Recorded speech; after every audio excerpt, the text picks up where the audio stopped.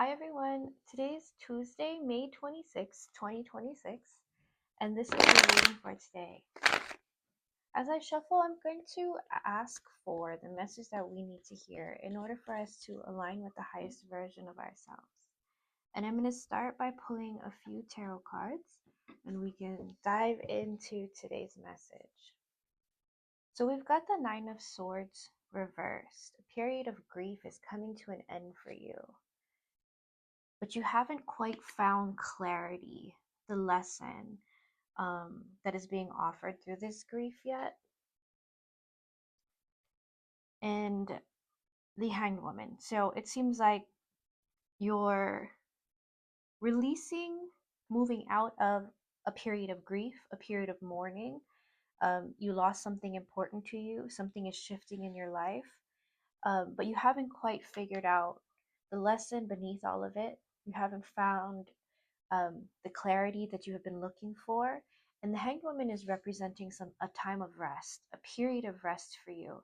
Um, More like being able to align with higher frequencies, higher emotional states, joy, happiness.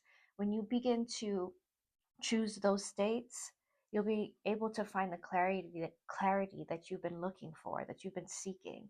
Now, on the bottom of the deck, we've got the Seven of Swords reversed. But what seems to be holding you back from the clarity is um, the same thoughts that keep coming up for you, the same negative thoughts that keep spiraling, that keep wanting you to even, I would say, even take a closer look at them. There's something within these repetitive thought cycles, the ones that feel negative, that want to be released, but they want to be closely examined. There is a lesson in there that'll help you move through and find the clarity that you are looking for. Now, I'm going to ask for the lesson. I'm going to ask for guidance. I'm going to ask for what is the lesson that wants to be taught here, that wants to be brought to the surface here. Um, the mind is powerful. It will keep trying to protect you. And so when these painful thoughts keep coming up, your automatic reaction to them is to stuff them down, is to move away from them. And although I did say, like, start to emotionally choose higher states, choose happiness, choose joy, this is also part of the work. As you move through this grieving period, you're learning to choose higher emotional states, but also don't be afraid to sit with the painful thoughts and examine them and ask yourself, why is this keep coming up? Where is this from? Do I want to continue this cycle of negativity? How do I relate to mourning and grief? What does it mean to me? Sometimes we take definitions that don't even belong to us about hard things like grief, about hard things like loss, and we apply them to our own lives, never taking the time to look closely at them, to see if that's even the thing that we want to do, how we want to define it. However we define the hard stuff in our life can be our choice. How we move forward with them can be our choice. A lot of the things that we do, we don't even realize was passed on to us. So that's sort of what I'm feeling is being offered here, is to take a look at how you define grief and mourning and loss, because that's what's keeping you stuck. And in order to actually take the time to um, look at these definitions that are ready to grow and be evolved, um, you need rest, you need time away, you need time with your own self. And so I'm going to pull some guidance cards on these.